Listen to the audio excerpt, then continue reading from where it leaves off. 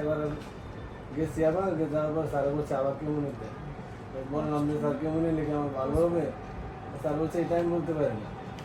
তাহলে এইভাবে আর কত অনেক দামি দামি কেমু তারপরে আবার এখন কী করতে পারি পরে বলতে সেটার এম্পুটেশন করে ফেলি। পরে পঙ্গু থেকে এম্পুটেশন করলাম। এম্পুটেশন করার পরে প্রথমে নিয়েছিলাম 7টা, পরে এম্পুটেশন করার পরে নিয়েছি 6টা। এই টোটাল 7টা, এটা একটা কেমন। এরপরে এম্পুটেশন করার পরে ভালোই 3 বছর গেছে।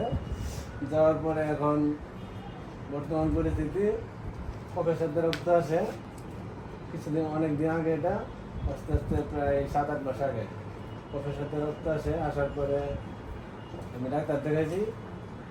ডাক্তার দেখানোর পরে ওই আসতে কি মেটাস্টিক হয়েছে।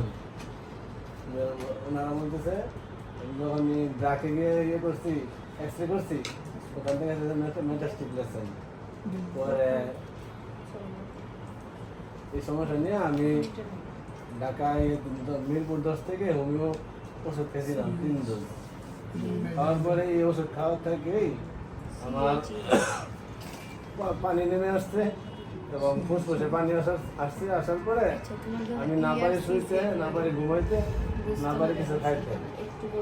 পরে দ্রুত বক্ষবিধি হাসপাতালে ভর্তি হলাম। ভর্তি 2 মাস ছিলাম। শ্বাসকষ্ট কমছে। এখন কথা বলে শ্বাসকষ্ট হয়, এমনি নর্মালি হয় না। কিছু অল্প খাইতে পারি।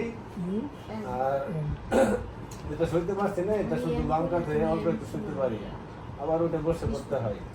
শুধু মানে আমার ব্যথা করে পেটে, আর পেটের ভিতরে মানে আনিজি প্রস্তারণা করে স্যার।